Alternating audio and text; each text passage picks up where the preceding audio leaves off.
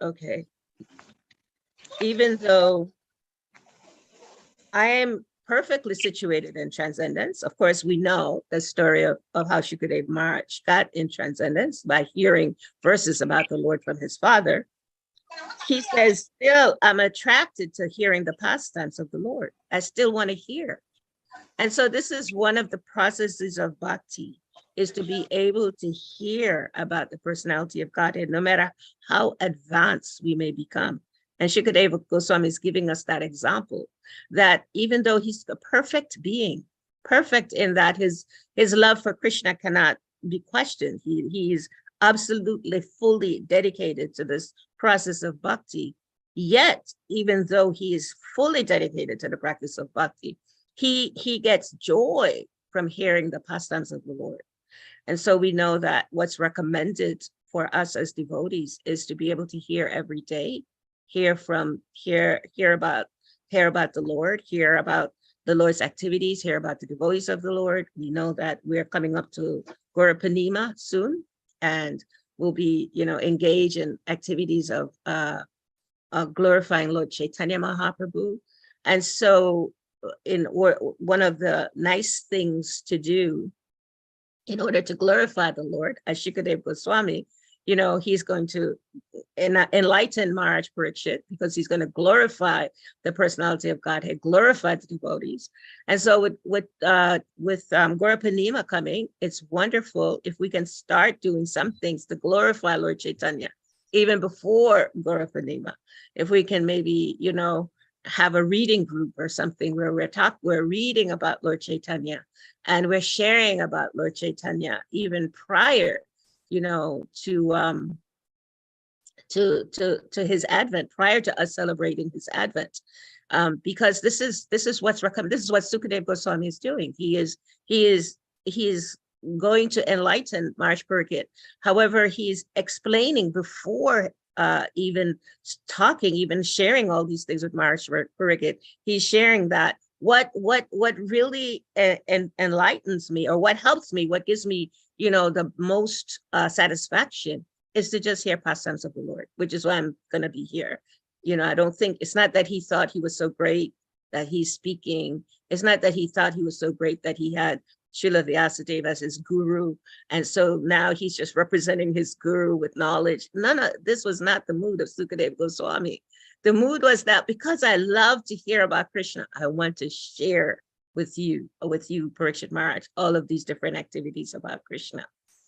Because by hearing, that helps us to, also for us, the lesson is for us, by hearing, we actually start minimizing our material attachments.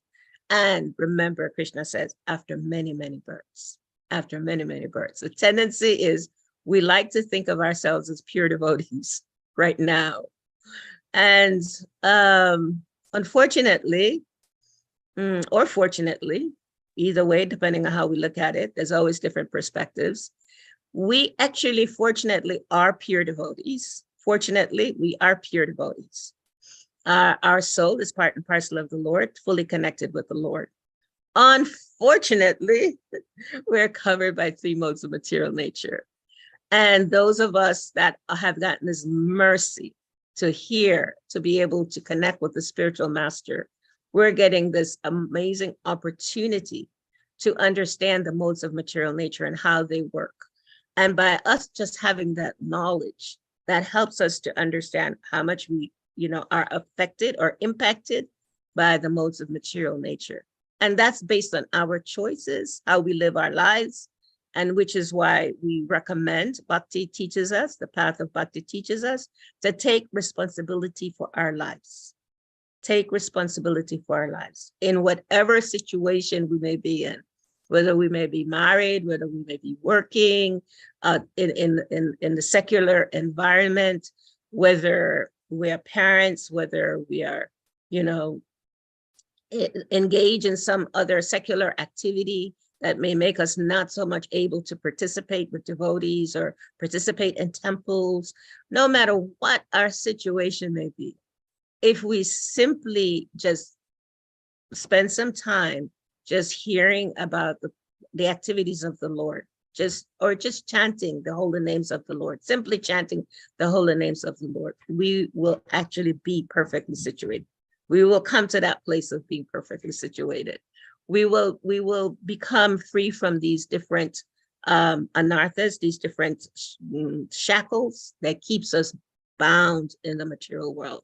And Krishna, he promises us that if we just stay engaged, if we just somehow think about him, if we think about Krishna, Krishna says, I promise you, you will come to me. I promise you this. So no matter what might be going on, even if it takes thousands of births, if we continue to really just remember Krishna in some way, and we can do that very simply by remembering his devotees, by serving his devotees. Yeah, which is why that whole process is there with the different acharyas.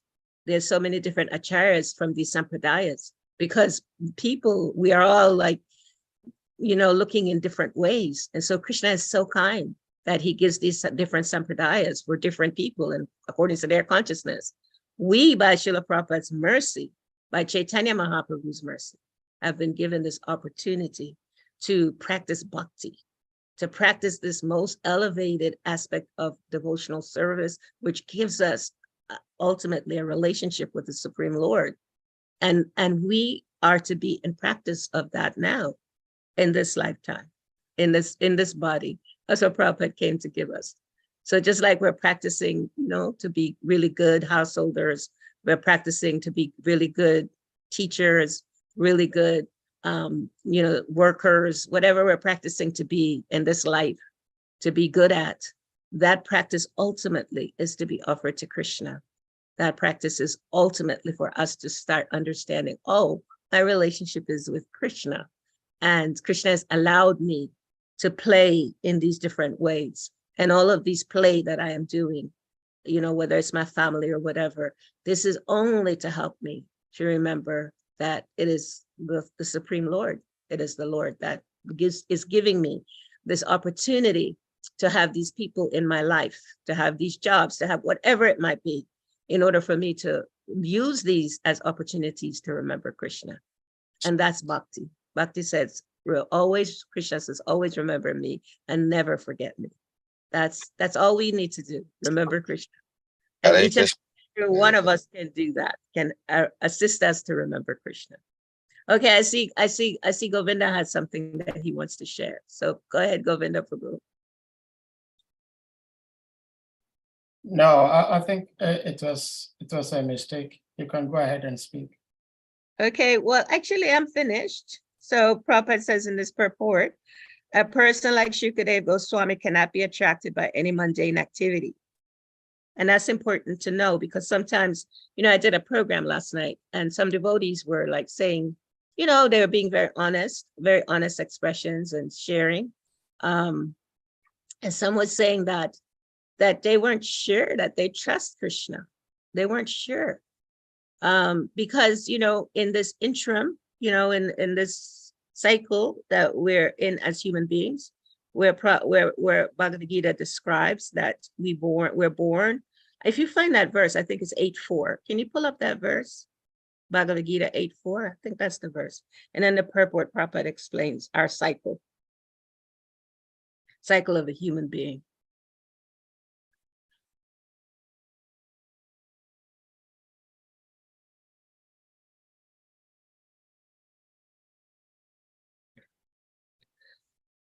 Did you say 1:4? No, 8:4. I think it's 8:4. I think it's Bhagavad Gita 8:4. Okay. And I think it's in the purport. I think all the scholars that's on this call might know for sure. Okay, let's see. In the purport.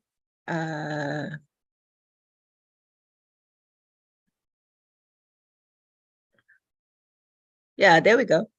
Okay, the physical nature is constantly changing. Material bodies generally pass through 6 stages. So they grow.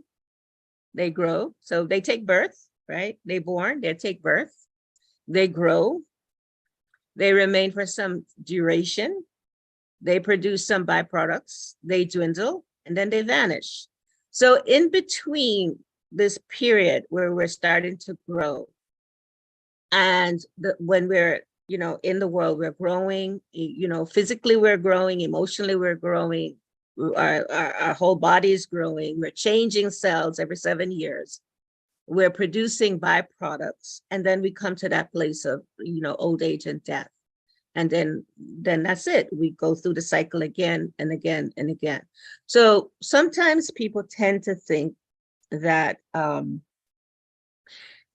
advanced personalities, people that are very advanced, that how is it that they are not attracted to mundane activities if they're going through the cycle?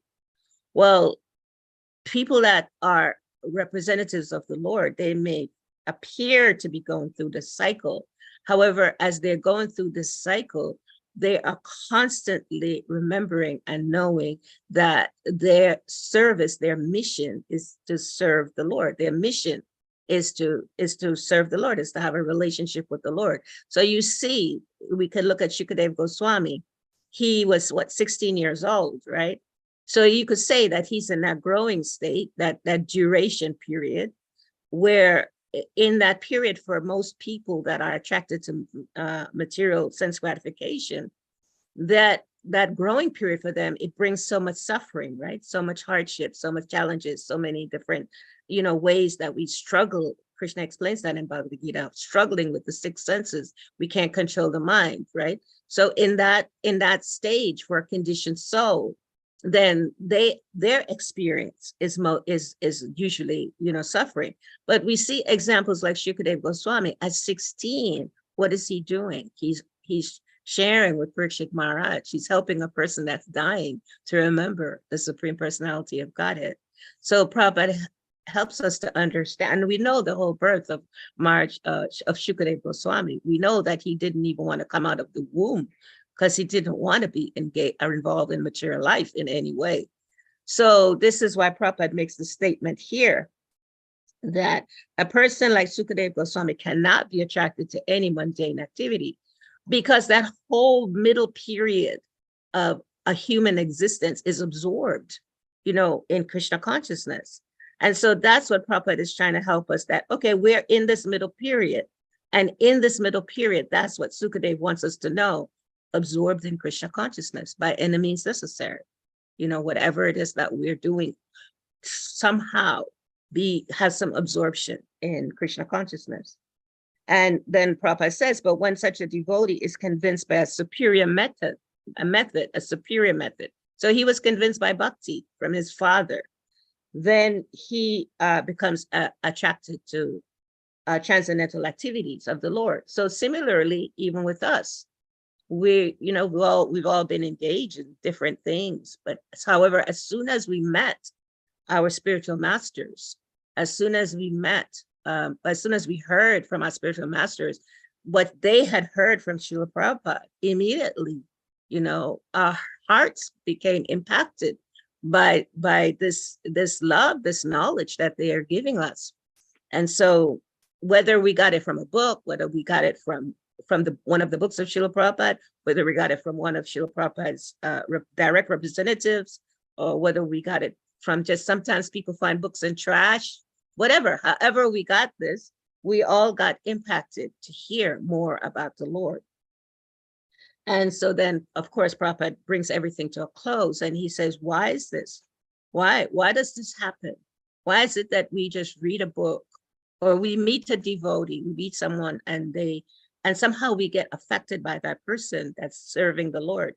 Why is that? Because by nature, we are attracted to transcendence. By nature, by our spiritual nature, we're attracted to the transcendental aspect of the Lord, because we're parts and parcel of that.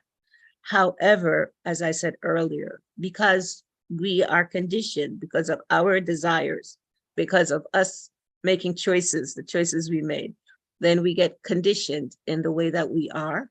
And then we need to then go through this purification process to fully come back to that remembrance. So we cannot be, so going back to being impersonal, because we're actively wanting to understand the Lord, actively engage in devotional service, hearing and chanting and remembering and worshiping, because we're actively serving the devotees of the Lord, then we cannot hold on to being impersonal. It's just, they don't work together. It's like oil and water doesn't mix. So once we know the personal aspect of the Lord, then there is no room for impersonalism. So Sukadev Goswami, this was the mercy that he taught us, that when he heard the four Kumaras, the same thing, when he heard the transcendental pastimes of the Lord, immediately his heart got captured from impersonalism. So this is really what this verse is about. The verse Lila did yesterday and today's verse, they basically have the same theme about the supremacy of bhakti. And so for that, we as devotees of the Lord are grateful. We are most grateful to Srila Prabhupada and to Srila Prabhupada's representatives. Nitai Gauranga Chaitanya Mahaprabhu Ki Jai, who took mercy on the people of Kali Yuga. And we are trying to hold on to that mercy. Hare Krishna. Hare Krishna. Thank you so much, Mother Vraja Lila, as always. Thank you for your wisdom, and thank you for the love and the knowledge shared with us this morning, this afternoon, this evening, this night, wherever you may be. So, dear devotees, if anyone has, Ishwara Prabhu, Hare Krishna, welcome. Hey, Ishwara. Yeah. Haribo, Ishwara Prabhuji. Yes, it's in the building. If anyone has a question, comment, realization, please, you may. Yeah, tell Ishwara he's muted. You're muted there. Oh, yeah, Ishwara Prabhu, you are muted. You may unmute. Yeah, Hare Krishna. Hare Ready, Krishna. ready. We've been expecting so much in India. We have not seen it for a while now. I know. Yeah, I haven't seen it Don't anymore. say that. Don't say that. We want her here also. Please. Haribo. Hare Hey, Krishna. Ishwara Prabhu, would you like to share anything to highlight that verse? I think it's beyond my adhikar, but that's why I had to grab some slides. Yeah, I mean, it's a wonderful thing to hear from Sukadev Goswami begin to speak Bhagavatam and about how he got his knowledge from his father. And of course, you've spoken the essence of it. It's I mean, it can be taken on different levels because Bhagavatam is so vast. And the more deeper we go into it in terms of levels, the more. After Bhagavatam is Krishna himself. So how much can we express? How can we express Krishna? How much? There's just no limit on it. So when devotee explained the realizations, so it's because Bhagavatam, when we speak, is based on the realization, and that realization is called darshan. Darshan means to see. So which means you are explaining what you are explaining what you are seeing. So the class given is not just ordinary, it's based on seeing, and that seeing, that darshan, it takes us to a very high level of. It takes us to the very high realm, deeper realm. Then we can see Krishna face to face. Yeah, Hare Krishna. Thank you, Ishwara Prabhu. Thank you so much. You know, something that has been a challenge a little bit for me in these later years of my devotional life is I see that in our organization, sometimes we think we have so much realization and when we may not. And even though we might hear Bhagavatam, you know, and we know that, as you're saying, Prabhu, Bhagavatam is about seeing. Sometimes the tendency is we think we're seeing when we may not be. And we think we're realized when we may not be. And so a lot of the work I do right now is to really help devotees to just have honest expressions of where they really are at and not just parrot, because Bhagavatam, it does come with having realizations. And ultimately, at the end of the day, at the end of the cycle, whatever our ending is, the new beginning, when we have that new beginning, whatever is there in that subtle body is going to be there if we don't look at it, if we don't deal with it, whatever is in our subtle body. So yeah, I absolutely appreciate, devotees like yourself that can share so many realizations about Bhagavatam, because that's what's important, to share our realizations, not just the knowledge, not just parrot the knowledge. I think Kavi Kanapurna Prabhu had his hand up. Yeah, we have Ayomipo. Ayomipo, please unmute.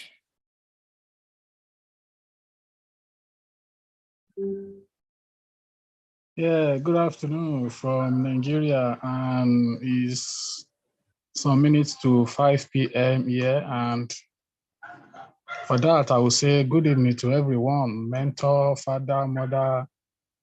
I think the faces I'm seeing here are old enough to be mentor, to be father, and to be mother. Well, it's my first time talking here, and it's my first time joining this Zoom meeting. I appreciate the gesture of who shared me the link, who I think is enough to be a mentor. And I took him as a mentor as well. Well, I have 2 or 3 questions to ask to clarify my contemplation. I've been hearing Krishna right from my secondary school days, and it comes from a friend whose elder brother is here and who is the one that shared the link to me. So my question basically is, one, I'm just coming to the system and I want to know if Krishna or is actually a religion, and at the same time, talking about realization, if it should be a religion, how can someone realize and understand the spiritual aspect of his life or her life in terms of realization, in terms of physical, spirituals, and social engagements? I understand that there are some things that one need to do, and there are some things that one need to be cautious to do, and there are some things or places that one need to go and one shouldn't go. So all these things relating to my own personal life and the current situation I'm in. So I'm trying to understand the spiritual aspect of my life and the realization of the concept of which one is created or born.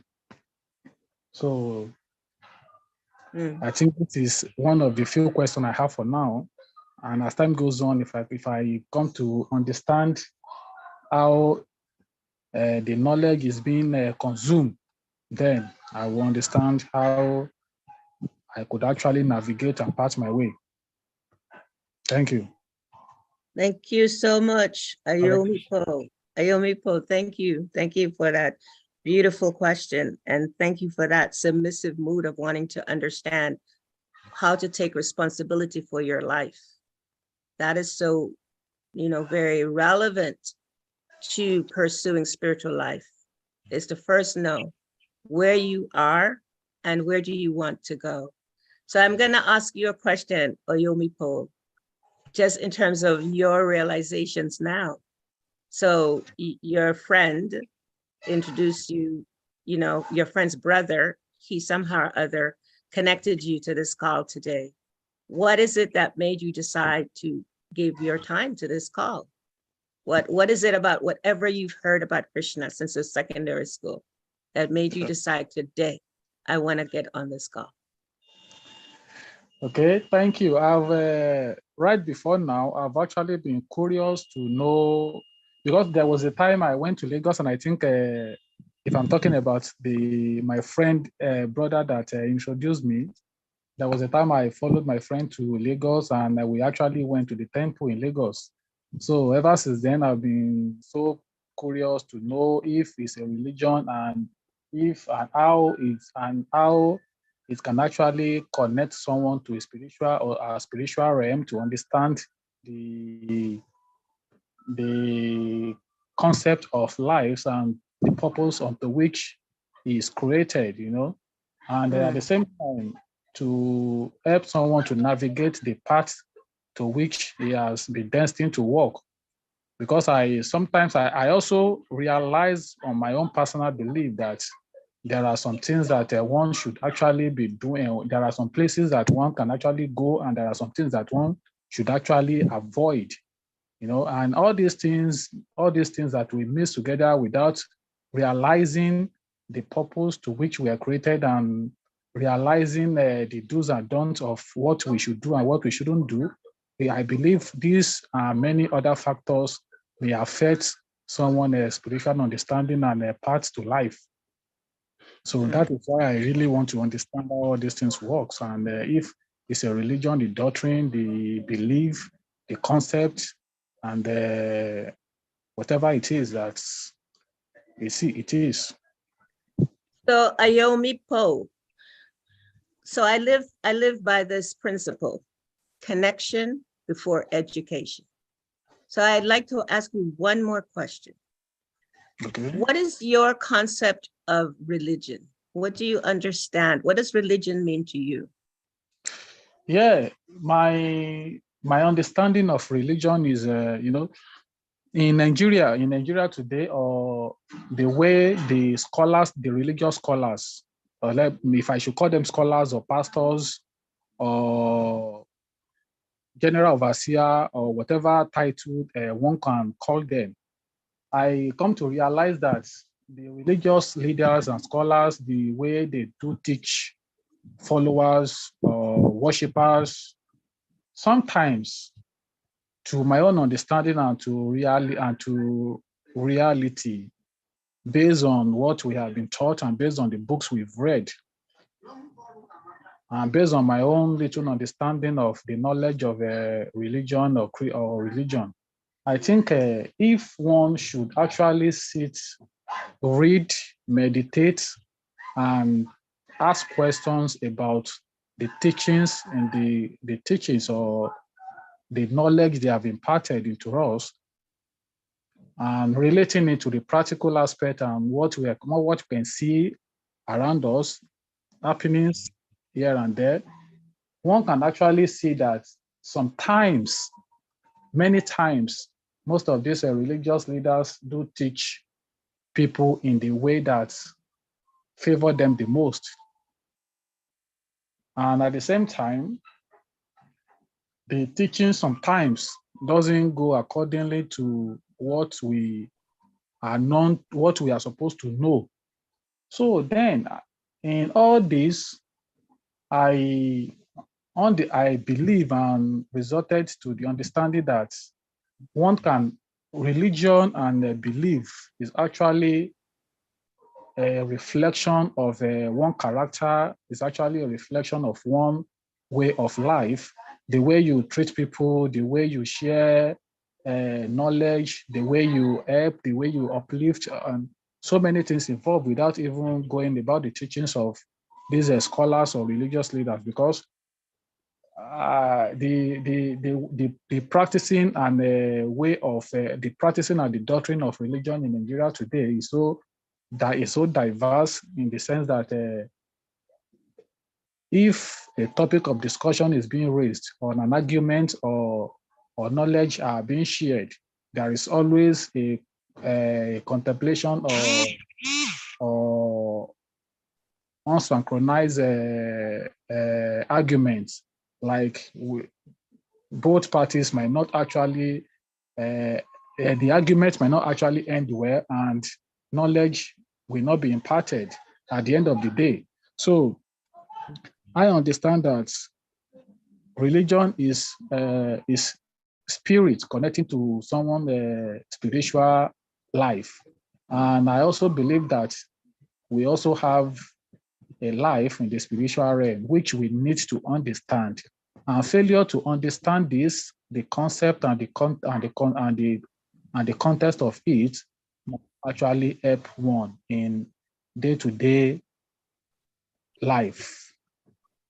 Thank you so much. You're such an intelligent young, I don't know how young you are or what, but however, you're young in terms of, your unfoldment in wanting to understand. You're so intelligent in that, in wanting to understand. And I really appreciate you really taking the time to explore the things that you shared before you go further and deeper with wanting to know what Krishna consciousness is all about, what bhakti is all about.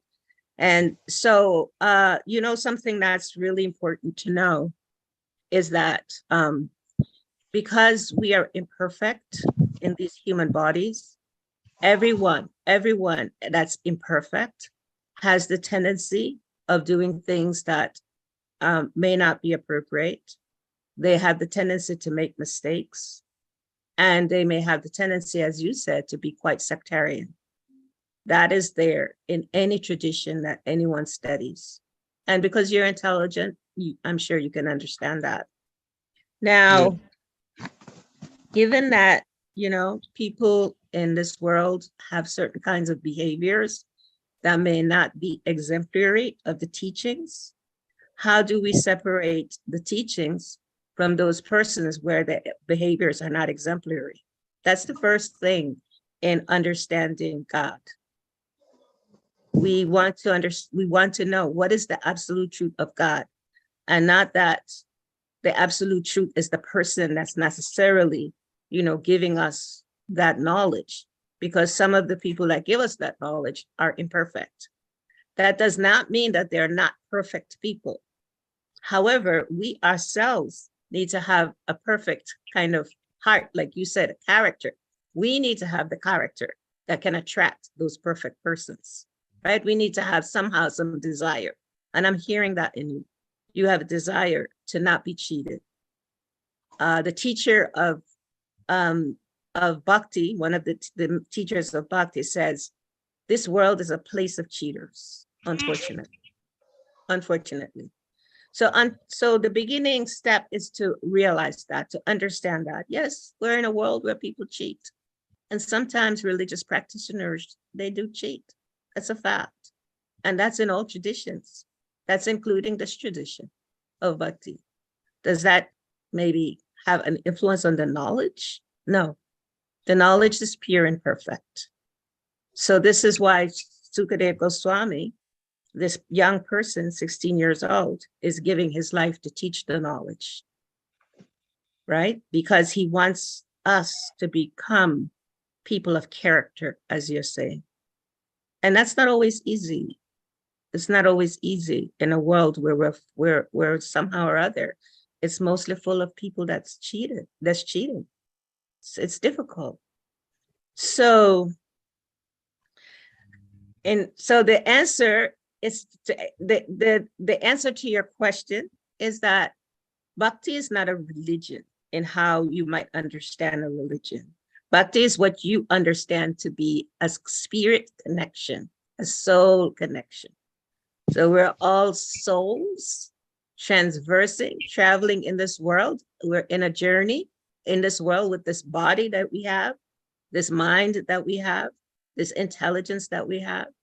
We're all here somehow trying to get back to the purity of our soul, all of us. And so let's start with where you are. And so what is it that you want to know? What's one thing that's really important to you to know right now in terms of you making another step in your life? Yeah, is one thing I'm curious to know and that I really want to understand is the spiritual aspect of life. Like you have said that you made mention of a spirit connection, and I think that is what matters in everyone's life, because if someone is living a life without understanding as a spirituality and because I want to believe that there are also do's and don'ts to individual. There are some certain people that, like for example, now there are some certain people that doesn't eat outside of their home. There are some certain people that doesn't wear black clothes. There are some certain people that doesn't wear red clothes. And there are some certain people that doesn't share things with other people. So these people have understood what works for them in the spiritual realm. So So something. What you're sharing is those are details of practitioners, and those details vary, as you said. Yes, they vary depending on what your goal might be as a practitioner. So for us, our goal is to have a personal relationship with the Lord, with God. And one of the most important ways, one of the most important thing that we do in order to develop that relationship, in order to develop character, to have that relationship, is we call on the names of God. That's one of the most important things. And that requires for your friend, that I don't know, you may already be doing this. However, that friend that introduced you to coming to this Zoom meeting, if you can speak to that friend and ask him, please show me how to call on the names of God, if you're not already doing that. Okay, I will do that. Okay. And it's Great. listening to. Okay. And please let someone know when you start doing that. Keep in contact with someone. Oh, of right? course. Stay in contact. And just do that for now. I will. Thank you so very much. Thank you. Thank you so much. Thank you for your question, Yomipo. Thank you so much. And Thank you. If I may say something briefly to his question and Mother, the answer you gave. I have some friends, and I try to encourage them to, first of all, I asked them if they belong to any church. And they said, oh, hell no. They don't want to have anything to do with church. And I try to encourage them, but they've lost taste in attending any church because of what they see leaders in different religions behave. So I just encouraged them by repeating what Sri Prabhupada has said. And this also, I think, goes well to Yomipo, Yomipo, I should say that, because Sri Prabhupada says that the misuse of a system does not make the system useless. Yeah. And we all see that. For example, we see so many heads of state abusing the national coffers. But we cannot say because of that, we don't need president in any nation anymore. So that's one thing I think we should all try to remember, and that even though there may be mistakes here and there, abuse here and there, but religion is a necessity. So thank you. Kavikanapur Prabhu, please, you may unmute.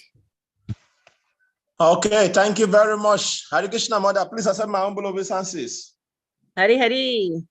Yes, thank you very much for taking your time, your patience, and caring, loving way of attending to Yomipo. I'm the one who invited him to join the line. So and also I already promised him I'm going to give him some books. It's only I've not met him. We have not met. He's staying in Abuja, in the middle of Abuja there, and I'm staying a little bit far from him. So I promise the next we meet, I will get him some books. So I just want him to come and get the taste of Krishna consciousness from hearing from your pure mouth. That's why I invited him to join the class today so that he can hear. And I see that you take your time, calm down, let him express himself, which is what I want him to experience, which is very wonderful. So I'm going to take him up from there. I will meet him very soon. Beautiful. And just like you have instructed, I'm going to put him through in chanting the holy name of the Lord. And also, like I've already promised, I'm going to give him some books. So I will do that also. So Yes. it's my brother who brought him to the temple when I was the temple president in Lagos. So that was it. We had a brief contact that time. I tried to encourage them. Then after that time, everybody went their different ways. Then just recently he wrote me and he showed interest in Krishna consciousness. So I told him I will get them some books. When the student is ready, the teacher will appear. Hare So, Krishna, ma. my dear Apimoyo, that's Ayomipo. No, Ayomipo. Ayomipo. Ayomipo means I have plenty of joy. Yes, okay. So you will be distributing that joy because you have such a nice mentor, a nice teacher, and that joy that's your name, you will be experiencing that joy more and more and more because you will see deeper and deeper and deeper.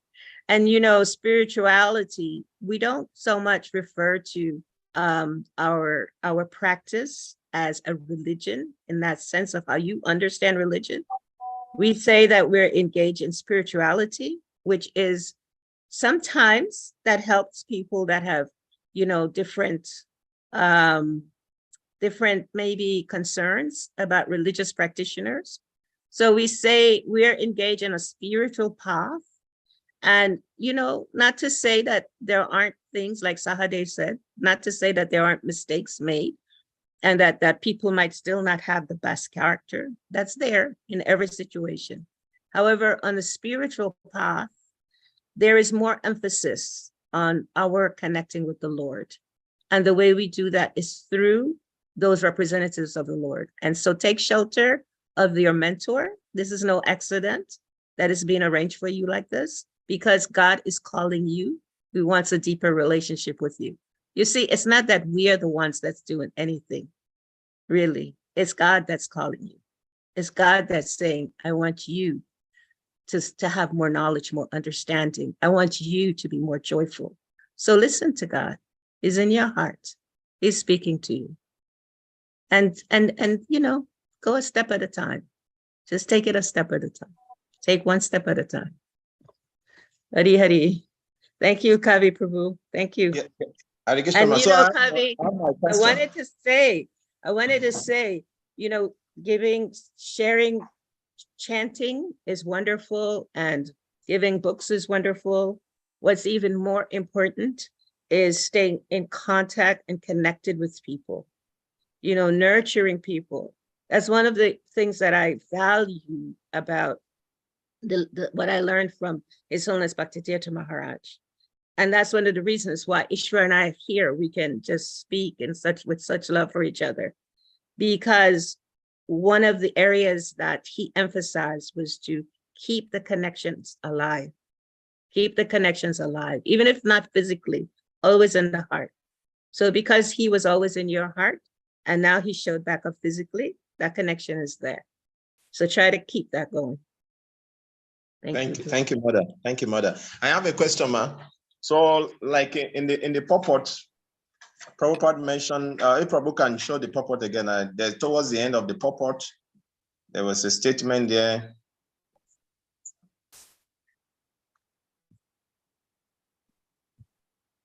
Yes, Prabhu. Towards the end of the purport, a person like Sukadev Goswami cannot be attracted by any mundane activity. But when such a devotee convinced by a superior method is certainly attracted by transcendental activities of the Lord. So my question is that Guru Maharaj posted one quote in our platform, and he was talking. That quote was talking about how surrendering to the Lord is not immediate. It has to be gradual. It has to be gradual. And here also, Prabhupada is mentioning in the purport that a person like Sukadev Goswami cannot be attracted to anything less. So my question is that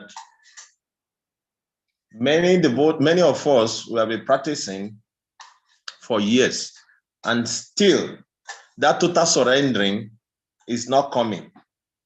Although maybe towards the end of the life, we may feel that. So how can one increase, or how can one, make that total surrendering to come more faster? That is because whatever we are teaching is how to surrender to the Lord ultimately. So that is my question. Yeah. Well, first of all, thank you for sharing what Kavichandra Maharaj is sharing on the platform. I'm guessing that he shared, what you said. And Kavi, I just wondered, let's just say, how long have you been a devotee? Kavi? It's a question, Kavi Kanapu Prabhu. How long have you Yes, been ma'am. how long have you been a devotee? I've been a devotee now for like more than 25 years. 25 years. Yes, ma'am. So in the last 5 years, do you see that you have surrendered, if using that word that you use, you have committed deeper or not? I would say my experience is much more mature than before in terms of understanding the philosophy and in terms of dealing with other devotees also. In terms of yes. Yeah, so sometimes we water the weeds, right? as Yes. opposed to the bhakti. So Yeah. we can always check. We can always check within ourselves. How much more am I watering the weeds that were there, or how much am I watering my bhakti, and those weeds those weeds are being minimized. So how do we keep surrendering? Well, we keep praying to the spiritual master to help us, because on our own we really can't do it. On our own, we can have a desire, and that desire is strengthened in activities by the mercy of the spiritual master, by the mercy of the guru. When the guru sees our sincerity, when the guru sees we're crying out, when the guru sees we really want Krishna, the guru helps us, no doubt. And devotees, then they also help us. And Krishna consciousness is not a linear, it's not straight. Sometimes it's a little bit circular. Sometimes we go through different things where we're, having to have different experiences. And then we pass through that. And then, we keep going again. So it's not that we don't have challenges on the path. However, the thing is to just be resilient. Being resilient in Krishna consciousness today is like a gift. Yes, ma'am. So, ma'am, what about in situation where your guru has a spiritual arrangement for your life, and also you have a material arrangement for yourself, and you are thinking in that spiritual arrangement, it may not be material arrangement for your entire family upkeep. So in this situation, if you're in this dilemma, so which one do you want? Which one will you advise a practicing devotee? Which option will you advise him to take? Is it the spiritual arrangement of the guru, or the material arrangement of the disciple itself, who thinks, okay, if I do this and I do this, I think ultimately I'll be okay materially, but spiritually I can just add it to my life. So which one will you advise, ma'am? I really don't give advice. However, it sounds like you're like in Arjuna's dilemma on the battle of Kurukshetra. And remember, Krishna, he spoke Bhagavad Gita, and he had to go over some things over and over and over again. It wasn't like Arjuna just did it. You know what I mean? It wasn't like he just said, yeah, I'm surrendered and that's it. I'm giving up my family and I'm going to get on this battleground. And no, it wasn't like that. He actually was challenged, as we said, Krishna consciousness sometimes is not just straight, it's not linear. So, but Krishna was there for him. So whatever decision you make, because it's your life, it's your responsibility, whatever decisions you make, what from my experience, what I have seen is the guru will always be there. May not like the decision the disciple make and may not agree. However, the guru won't leave unless the disciple is just doing something just so sinful or so not a part of Krishna consciousness, not a part of growing spiritually. The guru might be sad, you know. I've seen my guru sad in so many situations that pained me, that brings up stuff for me even now when I hear sometimes. Just recently, so much stuff came up. I thought I had finished with that. I thought, oh, that's all over. And then it's just like, whoa, okay, Krishna, I can't believe this. Created. So the guru, you know, he's there. He's always there. He's gonna help us. So if you're to make a choice, if you're gonna choose something material, then you need to check in. You know, you need to check in. You know, 25 years of being a devotee, you know. And so the decision you make, you take responsibility for it, right? You take responsibility for it. And then there's always consequences. There's always consequences for the decisions that we make, one way or another. If we make decisions that are more in terms of serving the Lord, then we get the benefits of that. If we make decisions in terms of the modes of material nature, we get the benefits of that. So, you know. Thank you, ma. Thank you, ma. Thank you. Hare Krishna. Hare Krishna, thank you so much, Mother Vraj, for the answer. Anyone else with any question? In fact, if I may do this, Ayomipo, if you're still here, I wanted to share something with you, and that is there is a translation of one of our major books that I would like to share with you. You see this? Okay. Christi Krishna. So you should be able to receive a copy of this book very soon. Okay, thank you. Yeah.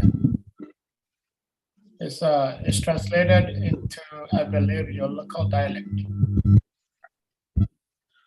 Hare Krishna. Well, Mother, thank you for the answer you gave to Kabikana Prabhu, because I remember I had a situation similar or same as Kabikana Prabhu was asking with Gurudev, actually twice.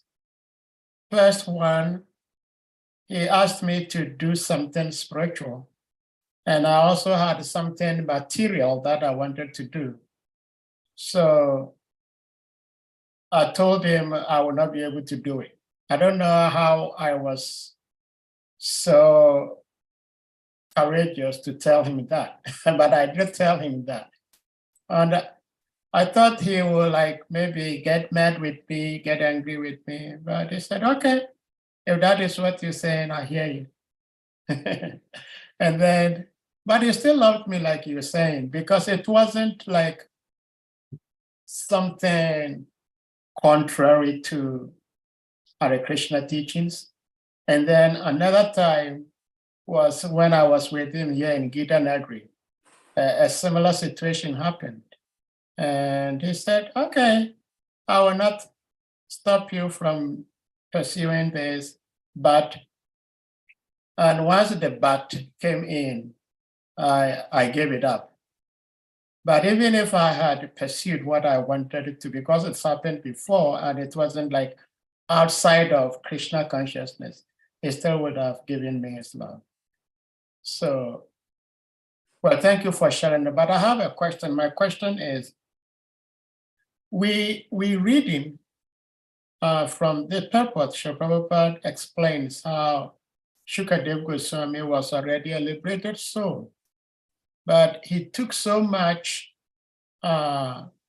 joy in hearing the qualities and the pastimes of Lord Krishna. So the question I have is, what makes, because Shukadev was already a liberated soul. As soon as he came out of the womb, he was a liberated soul. So what is that special thing about Krishna's name and pastimes that makes I mean, souls who are even liberated, wanting to hear more and more and more and more. What is that? Hare Krishna. That's a beautiful question. And I'm going to ask all of the senior devotees on this call to say something about that.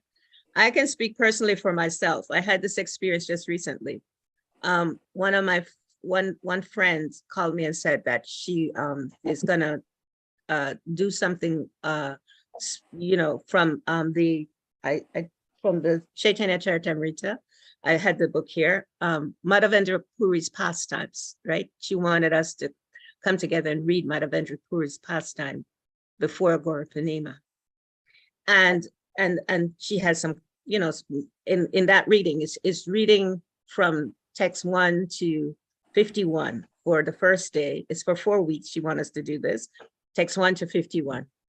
And then she said it, and we could share what comes up for us as we do this reading, right? And I thought, oh man, I'm so busy. There's so much going on for me right now. You know, I'm doing a lot. However, I could feel inside of my soul this like joy to want to hear this pastime. I could just feel it like, oh, I want to hear about Madhavendra Puri and how wonderful it is to do that with another devotee and study it in a way that we're sharing like what's really coming up for us, being honest expressions, you know, hearing. And that's what I think, you know, on a very small level, because I cannot in any way compare to these great devotees that are in the scriptures, but I'm guessing to give joy to Parikshit Maharaj and all of those sages is what inspired Sukadeva Goswami to want to share, because he is experiencing that joy. And like you said, what is that joy? It's transcendental. It's beyond what I can understand right now. I can say that it's beyond, but it's beyond this material realm. Its transcendence is definitely beyond this material realm, because because for me, on my small level of thinking, I just like, you know, agreed to do this reading because I just wanted to hear about, you know, this pastime of Madhavendra Puri and the Lord. And I really don't have the time. It's really tight. However, I just smile when I realize I'm gonna be reading about Madhavendra Puri. And so it's beyond this world. I actually understand that. And I'm gonna ask Ishvara, perhaps you have your realizations about this, Ishvara Prabhu. And let me see who else, Govinda Prabhu. Silsa's here, Saha's here. Atma, let's hear from you. Hari Chakra. Yashoda, she won't say anything. Jagannath Pandit, yeah, let's hear from some of you. What is it about Krishna's pastimes? It's a nice question, Saha. Hare Krishna. Ishvara Prabhu, you have something to share, please? Actually, I have very actually important news. I just got a message now that Kanamakan is on his way out. Oh. Kanamakan Swami. Hare Krishna. So probably by the time we grow up, we wake up tomorrow morning, he'll not be in his body anymore. So, and of course, he's passing away, it's surrounded by devotees. Just like Parikshit Maharaj, he was there hearing Bhagavatam, which is because when he asked the Sukadeva Goswami, what should be the topic, what should one do? A person who's about to leave his body, who's about to leave his body basically, and all of us, we don't know how long we're going to live. And Sukadeva Goswami said, I just hear by Krishna. Hear Krishna Katha.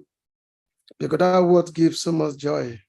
When one hear Krishna Katha, all the soul's anchoring is all satisfied basically. And there is no, you know, for a person who's already absorbed in hearing about Krishna, talking about Krishna, there's no more consideration of when to leave the body or when not to leave the body. Because one is already in the transcendental, in the transcendental realm. Actually, as Parikshit Maharaj was hearing Bhagavatam from Sukadeva Goswami, he already transcended death already. even though the so-called snake that was supposed to be coming to bite him, it was just an after thing because Zuko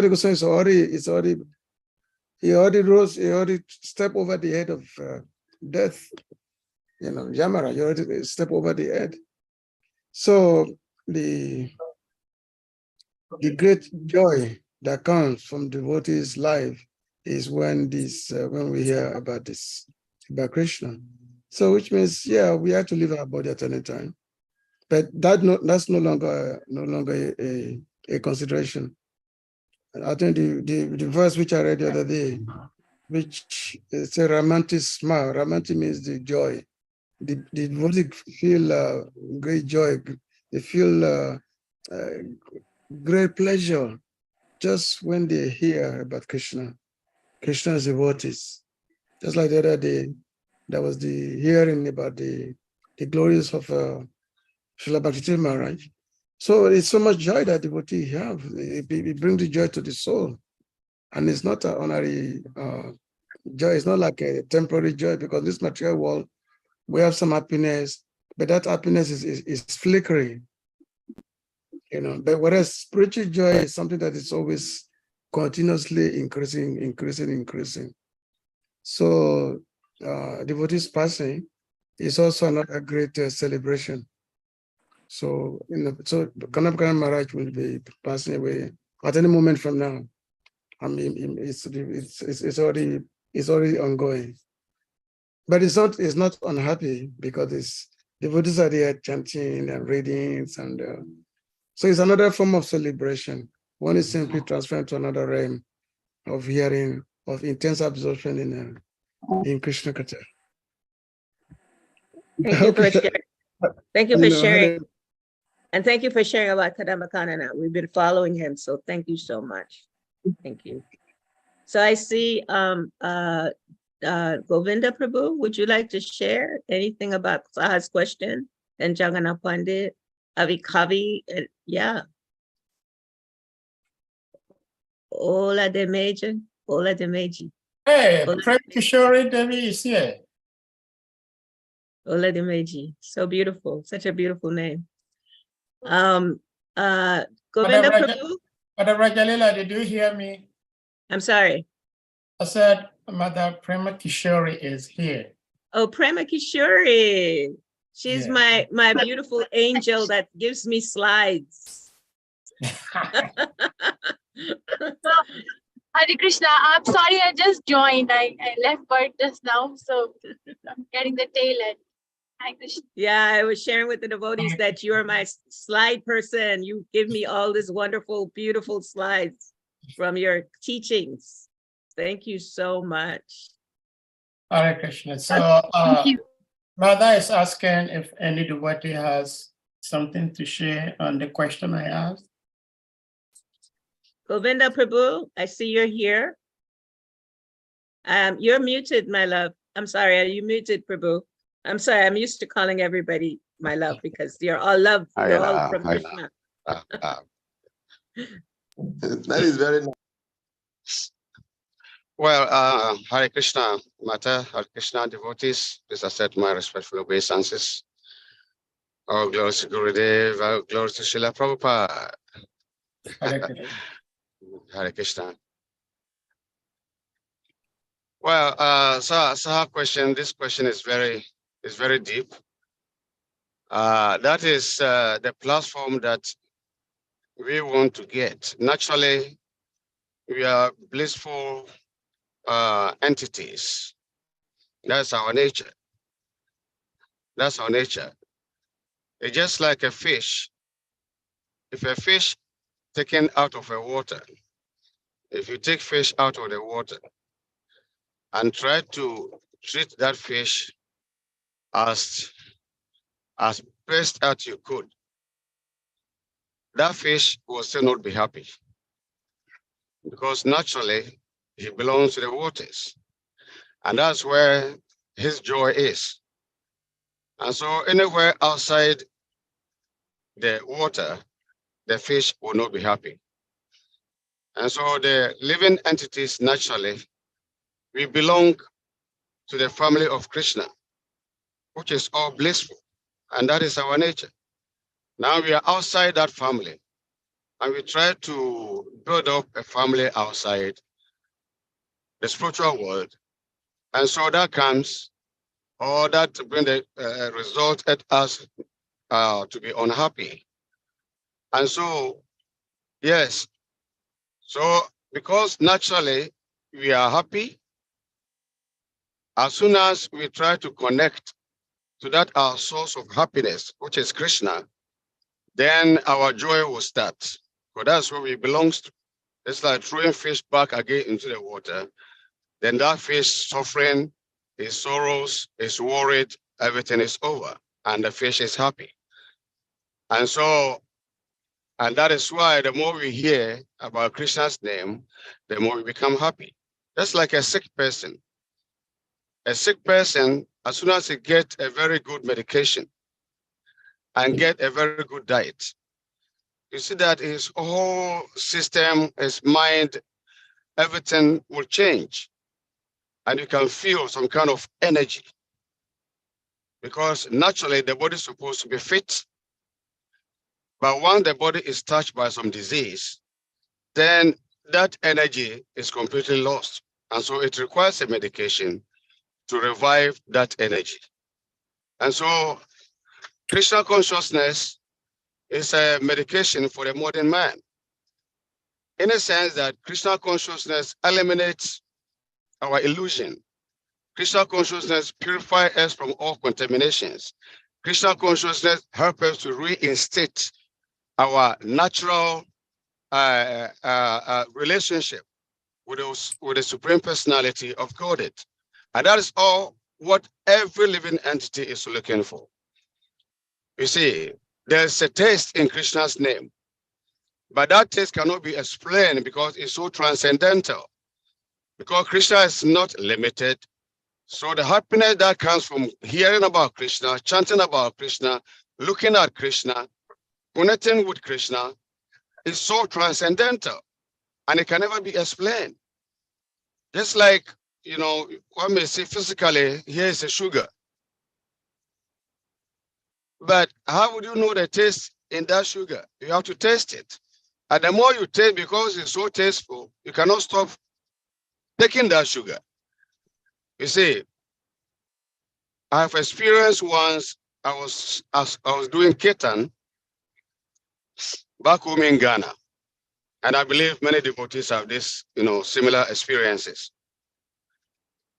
You know, I understand, I know long time that there's electricity in our body.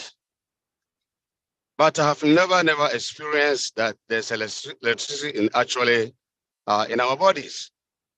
But that very day, I was doing kirtan with Shastra Prabhu. We were doing Food for Life in Kumasi. And at a point, I was leading the kirtan. At a point, I could not sing any longer. And my whole body was electrified. I could feel the energy, some kind of electricity circulating in my body. And so I have to stop the kirtan, went and sit somewhere. And even after stopping the kirtan, the same energy was still flowing through my body. So Krishna consciousness is so special. Krishna consciousness is not dry religion. It's not dry practices. It's not something that, you know, everybody is doing, so let me just do it. No, it is actually spiritual and it's pure. And it's so sweet that we have to dive into it. And the more we dive into it, the more we get the sweetness in Krishna consciousness. That's a little bit I would like to say. We just have to go deeper and deeper and deeper. And then this sweetness will actually come. Hare Krishna. Haribol, thank you so much. Thank you so much. Of course, I know Sahadev has his answer to this question. However, I am wanting to engage devotees in sharing. So I am going to Jagannath Pandit. Kavi Kanapurna Prabhu, would you like to say something? Then I go to JP, Jagannath Pandit. Kavi, then I go to Atma. We don't hear from the ladies. Hare Krishna Prabhu, Hare Krishna Mother, thank you very much for engaging us. So the little what I can say because whatever His Grace Govinda Prabhu have said and the previous speakers, they have said everything. Just to buttress the point that, like you said, Prabhupada mentioned in Nectar of Instruction in the preface that the advancements in Krishna consciousness depend on the attitude of the followers. So everything has to do with our attitude in Krishna consciousness. And that is why I remember these statements of His Holiness Bhaktivedanta Swami Maharaj. He said that this is the level of Krishna consciousness. We should know the level. If you cannot get to the level, don't bring it down to your level, to your level of consciousness. So that is the goal. We all know the goal, and also we know that our attitude is very, very important. Krishna is Bhavagrahi Janandana. He takes the essence in our devotion. So we just have to be sincere with ourselves. We have to be in the right attitude of want to please Krishna. And at the end of the day, we just like before His Grace Ishwara Prabhu started his talk, he mentioned the news about His Holiness Kadadaba Kanada Maharaj, that is on his way back to the spiritual world. That was very, it's a misfeeling. You cannot say you are happy, you cannot say you are sad.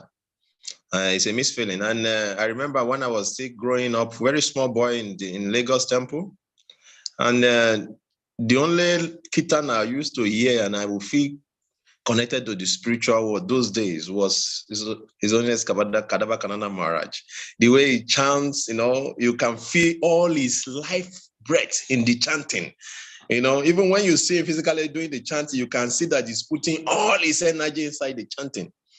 And someone like that who have been using all his life energy to chant, you cannot tell me that the Hare Krishna mantra is not flowing through his body.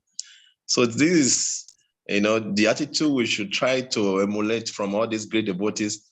And you see, is following the paramparam of how to live the world. Devotees are gathered around him, and he's consciously living the body. And this is what we should learn from that. When we sincerely serve Krishna, Krishna is going to give us this opportunity. Hare Krishna, ma. Thank you. Thank you so much, Prabhu. Thank you, thank you. Thank you for saying that. That reminded me of something that I wanted to share with the devotees. When Ishwara Prabhu mentioned about Maharaj leaving his body, like you said, there are definitely mixed feelings.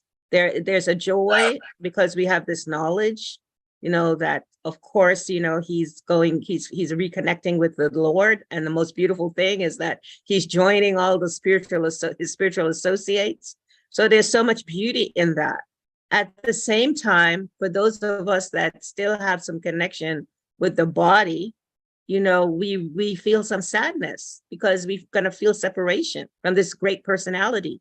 And, I was thinking about, there's a mother right now that is in Germany. One of the work that I do is I work with grief with people.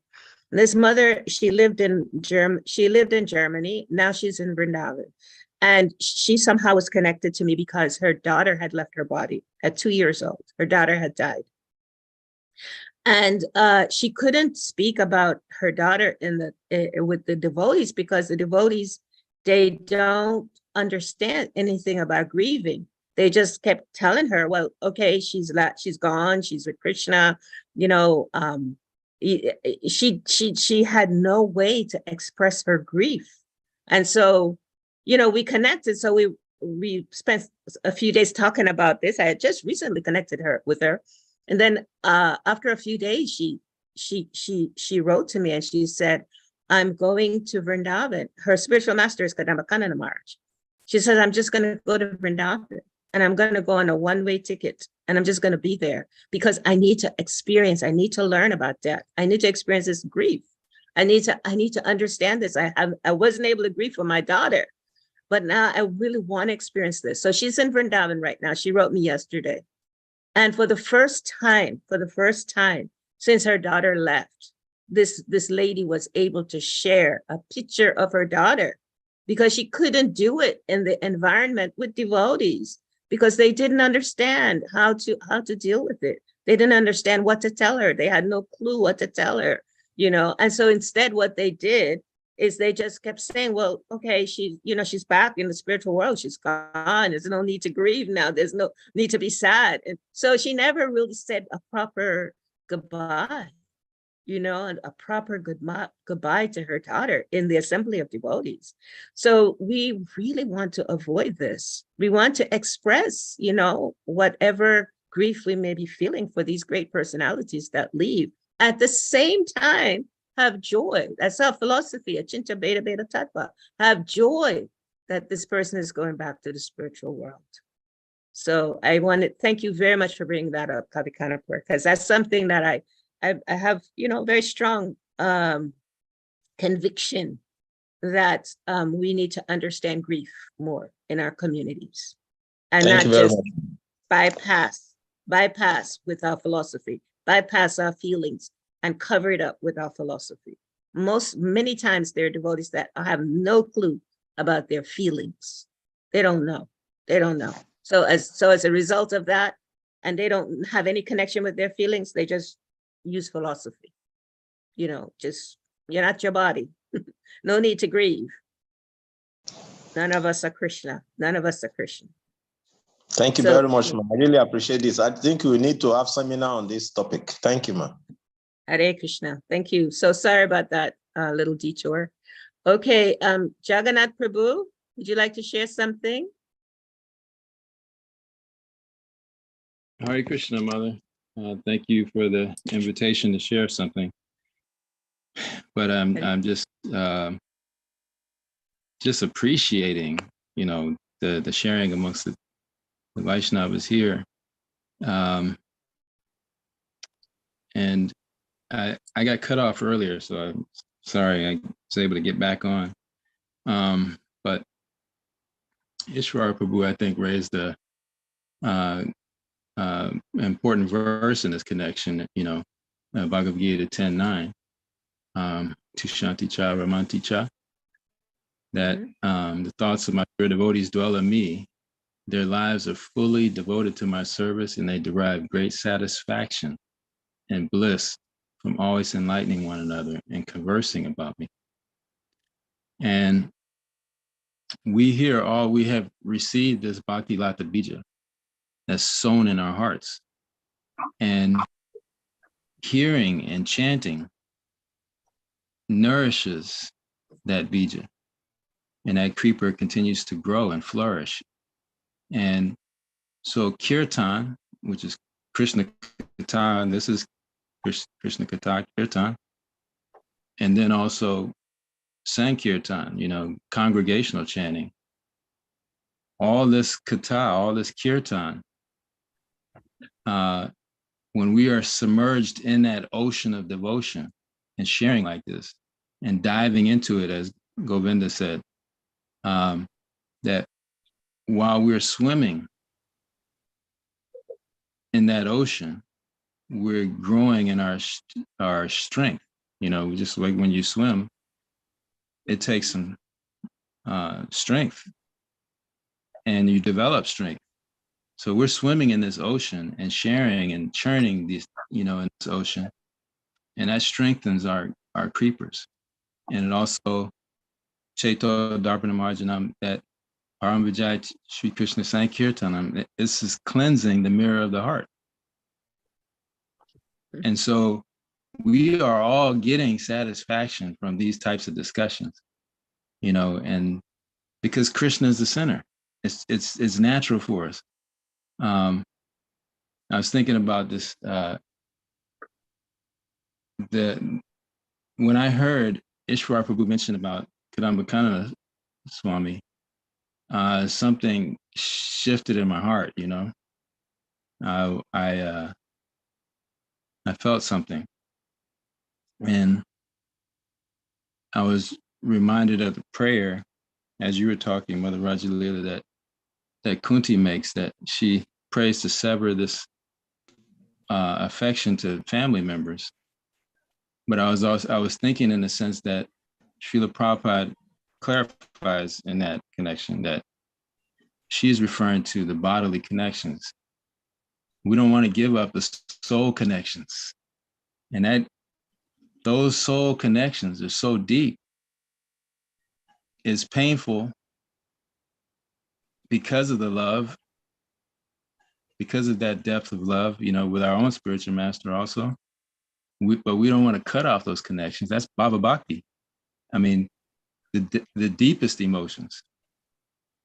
If we cut off those emotions, we can't experience pleasure. You know, so I was thinking about that. You know, this is bringing up so many memories for me. The experience that Kadamba Kanana Maharaj is going on, is experiencing right now. And so, but bringing us back to this connection that I want to appreciate the devotees on this platform and this Sangha, because there's so much loving exchange that goes on and discussing the secrets of devotional service. I mean, this is what pleases Krishna the most, right? When one shares this supreme secret with each other, that's what pleases Krishna the most. So Mother Vraja Lila and all the devotees, thank you for pleasing Krishna as we please each other by nourishing our creepers. Haribol. Thank you, Jagannath Pandit Prabhu. Thank you so much. Thank you. Atma Devi. Atma recently lost her mom, and certainly that there's emotional pain at the same time because she's a devotee. She knows that her mom is going back to Krishna. Krishna is taking control of whatever happens with her.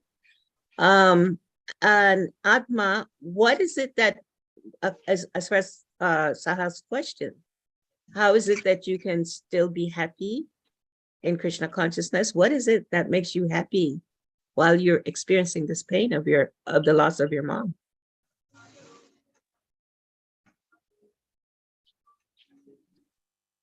Are you with us, Atma Devi?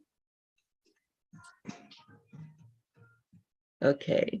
Sometimes she joins in from work. Okay. If that is the case, she may not be able to speak. Okay. All right. So I see Hari Chakra and I see Varaha Prabhu. Yes. So I don't know, Hari Chakra Prabhu, are you able to share something? The joy of Krishna consciousness. What makes it happen like that?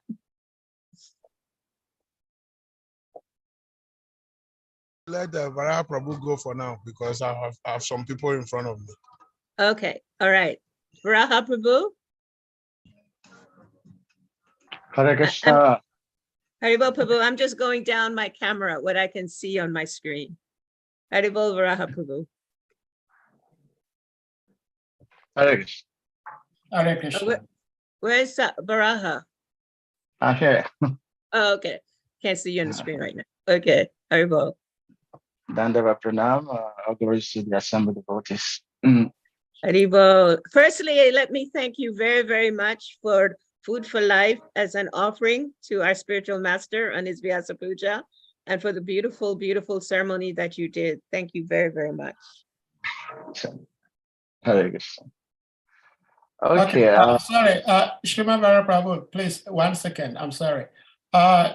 His Grace Ishwara Prabhu is letting us all know he has to be excused. It's quite late, his time, Okay. so he's asking to leave. So thank you for being here, Shri Ishwara Prabhu. Hare Krishna, thank you. Haribol. Shriman Vara Prabhu, please. Actually, the question Sahade Prabhu asked was kind of going on in my mind also. And I'm happy to hear that.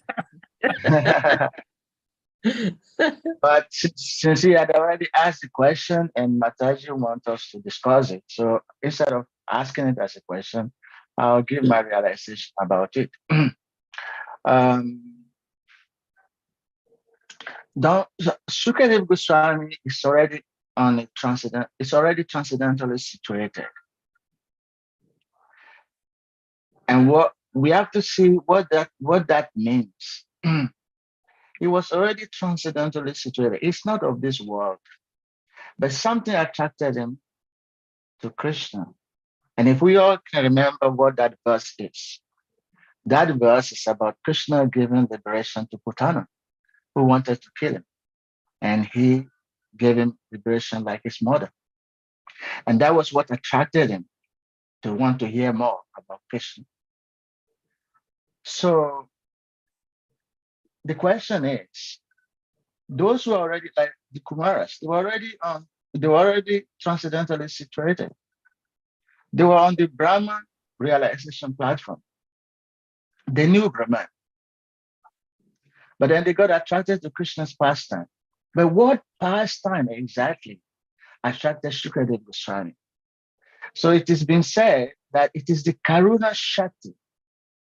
It is the Kripa Shakti of God, as opposed to the rules and the Gyan of Brahman. There's a difference. Those who are who are transcendentally situated, those who are on Brahman platform, they were satisfied knowing God and being able to relate with him on his impersonal energy form. They are very strict in their mind. They understand God and his rules.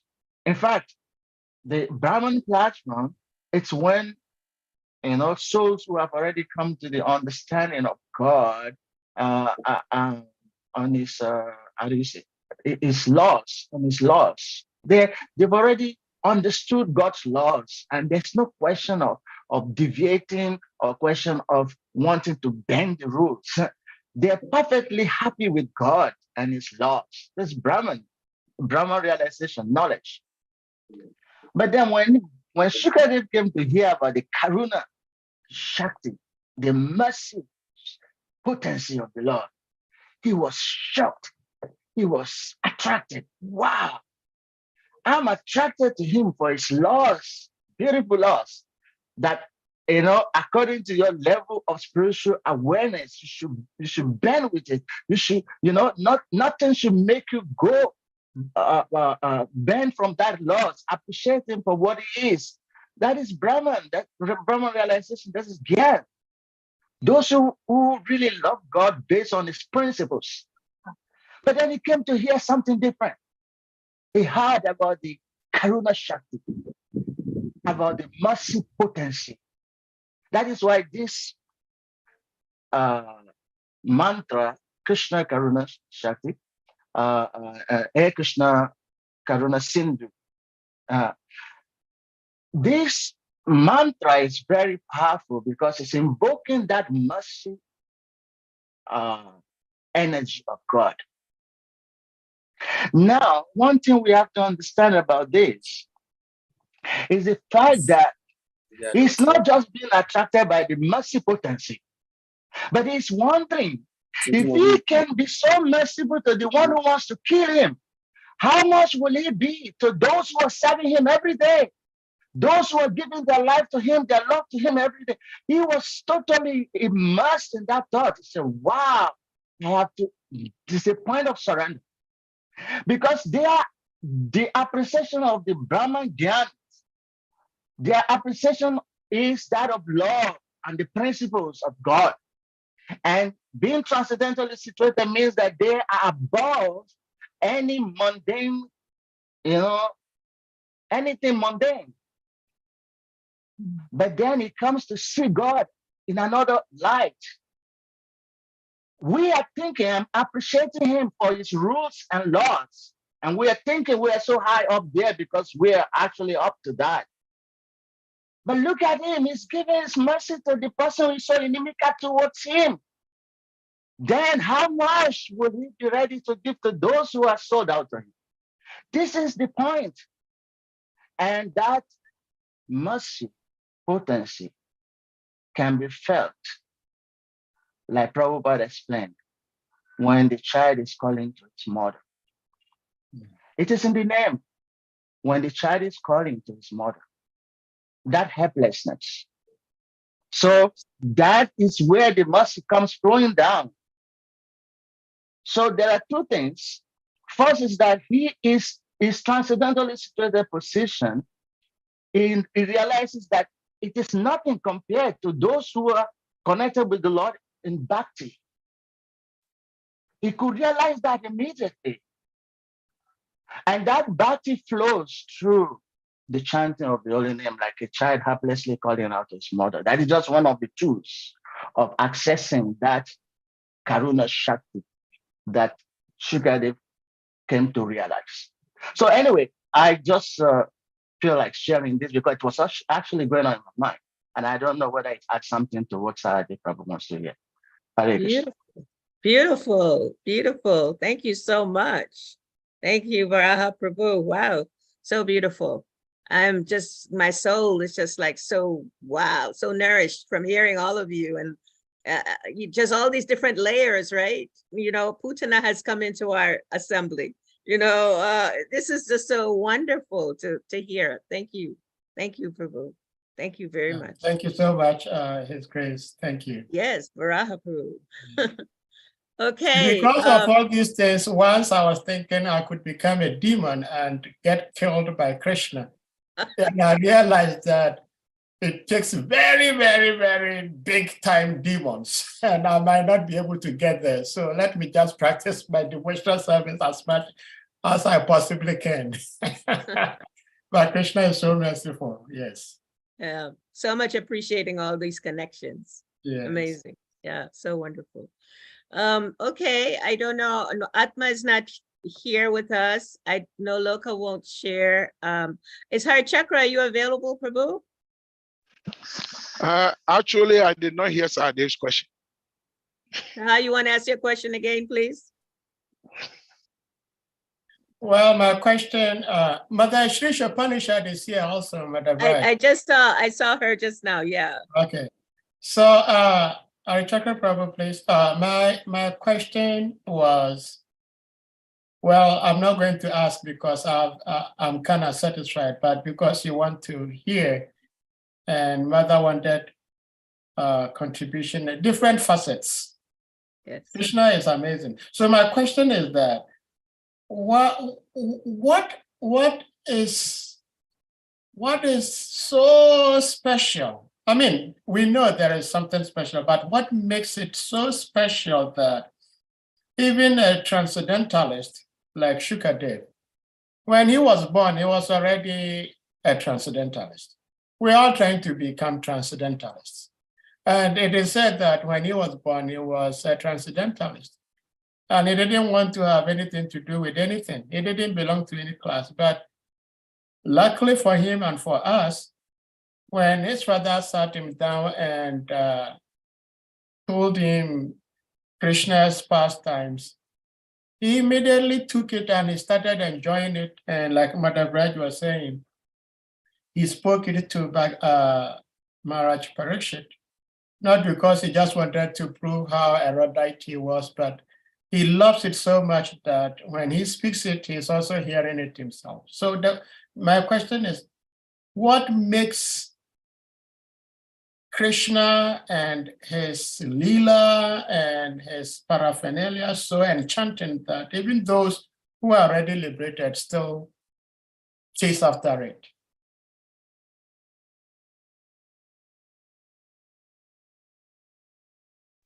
Okay, Hare Krishna. Thank you very much, sir. Hare Krishna. This is a deep question, but my take is just simple. Gurudev, spiritual warrior too. I think he has explains some things there about a situation like this, where Gurudev says, Gurudev was asked a question about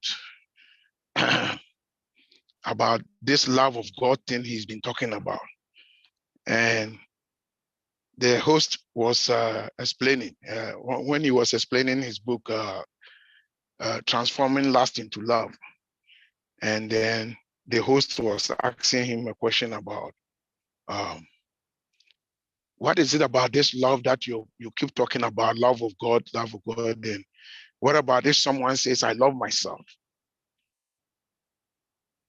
And Gurudev says, yes, you can say you love yourself, but that is very superficial. Because Gurudev says, and Gurudev was giving an example that the whole world, in the whole universe, everywhere you go, even within an atom, the electrons and protons and this, they are interacting. There must be an interaction to actually produce real effective effect. there must be interaction. So real deep love comes with interaction. Hence, when these transcendentalists who are they are situated in the Brahma platform, but when they get a gist about an interactive mood of the Lord and his devotees, it changes their perception completely. It brings them to a different level, like Vraja Prabhu was explaining. So the spiritual warrior, to how Gurudev was explaining it, that we need to interact. That is our original nature, our original constitution, is that we are interactive beings. So no matter what level you are, if you don't get that interactive sort of relationship, you will not experience the actual of your being. So these transcendentalists, anytime they come to the level of hearing or realizing something about the interactive aspect of the Lord and his devotees, it stirs up something. It stirs up the real being of them. It stirs it up, and they are in a different mood altogether. So they completely forget about being impersonal or something. Then they want to experience that interactive aspect of the Lord with his devotees. So that is the little that I have to say about it, because I know when Gurudev explains that thing in Spiritual Warrior 2, boy, it's like you cannot live there. And Gurudev will go further and say that, assuming someone tells you you are with your loved one, you are with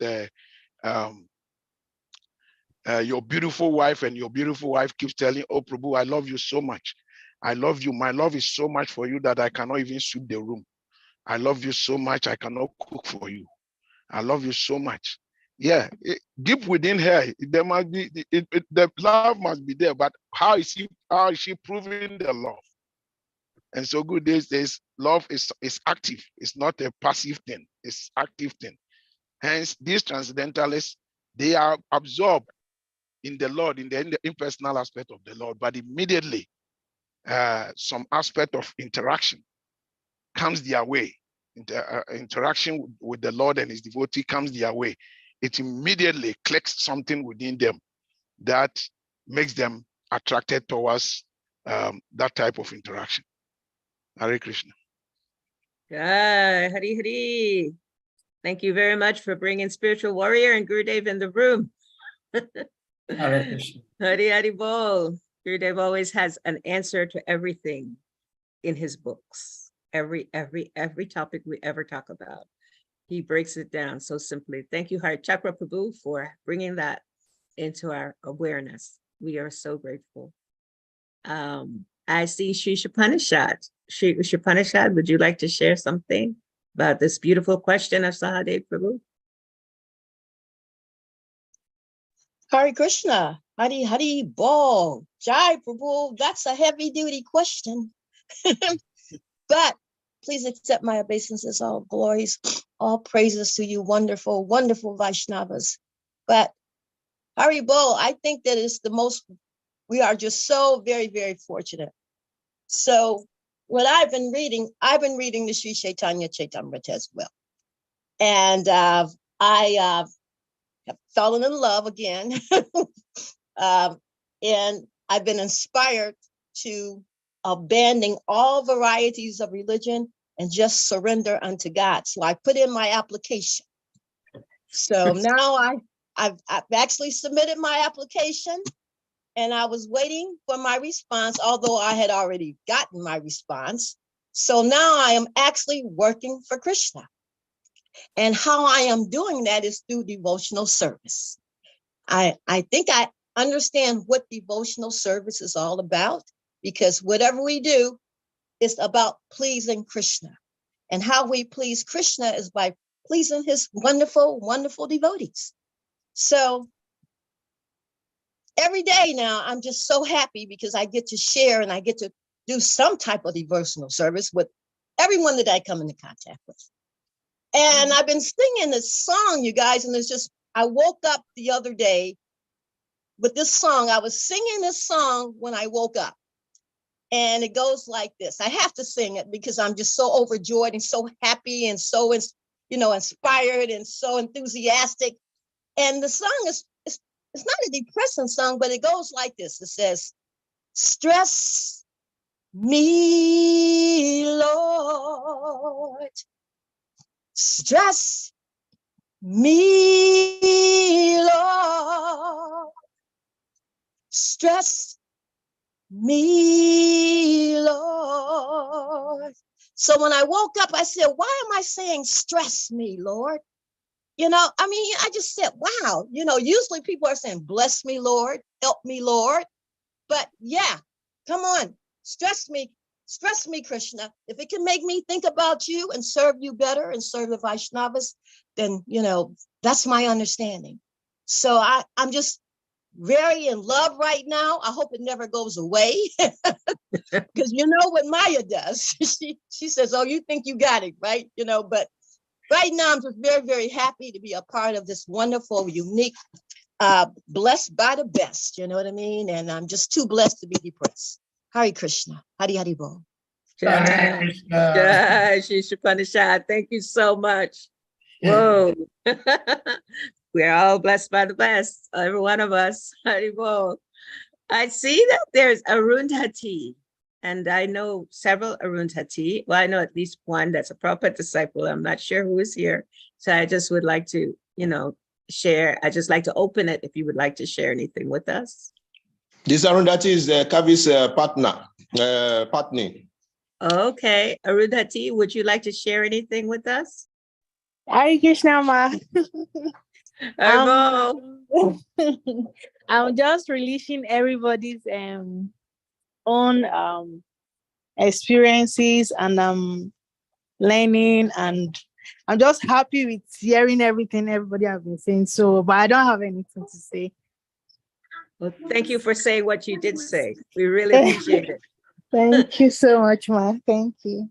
It's always so nice to hear from the Vaishnavis, the ladies.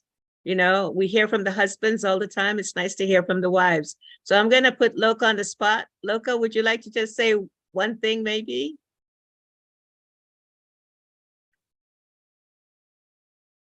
No, I don't think we're going to hear from Loka. Okay. If I'm not mistaken, I think she is in the classroom with the boys. Okay. Sunita Mataji, would you like to share anything at all? One thing. Okay. Sunita is also busy. Okay. Well, Sahadev Prabhu, would you like to add something to your question? Well, Hare Krishna, I just wanted to share something I read from Srila Bhaktivinoda Thakur, his book, Sri Chaitanya Sikshamrita, which is the Nectarian Instructions of Lord Sri Chaitanya. Excuse me. Let me see here. And I like the simplicity of Srila Bhaktivinoda's writings. And I must be careful because one time a disciple of Srila Prabhupada said to Srila Prabhupada, that his favorite author was Srila Bhaktivinoda.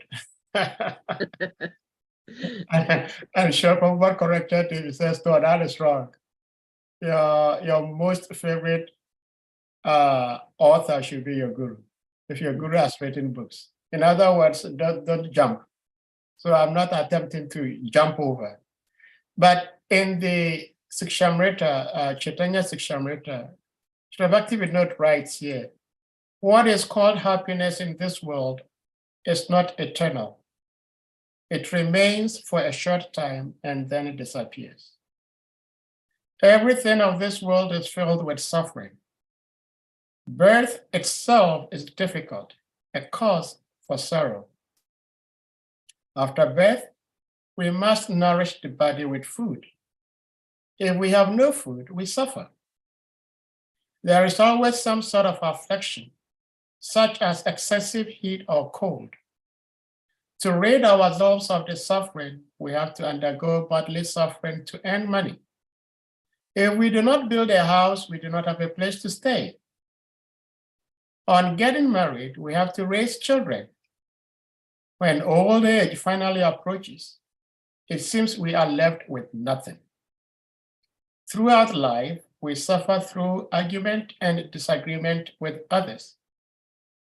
There is no such thing as pure happiness in this world.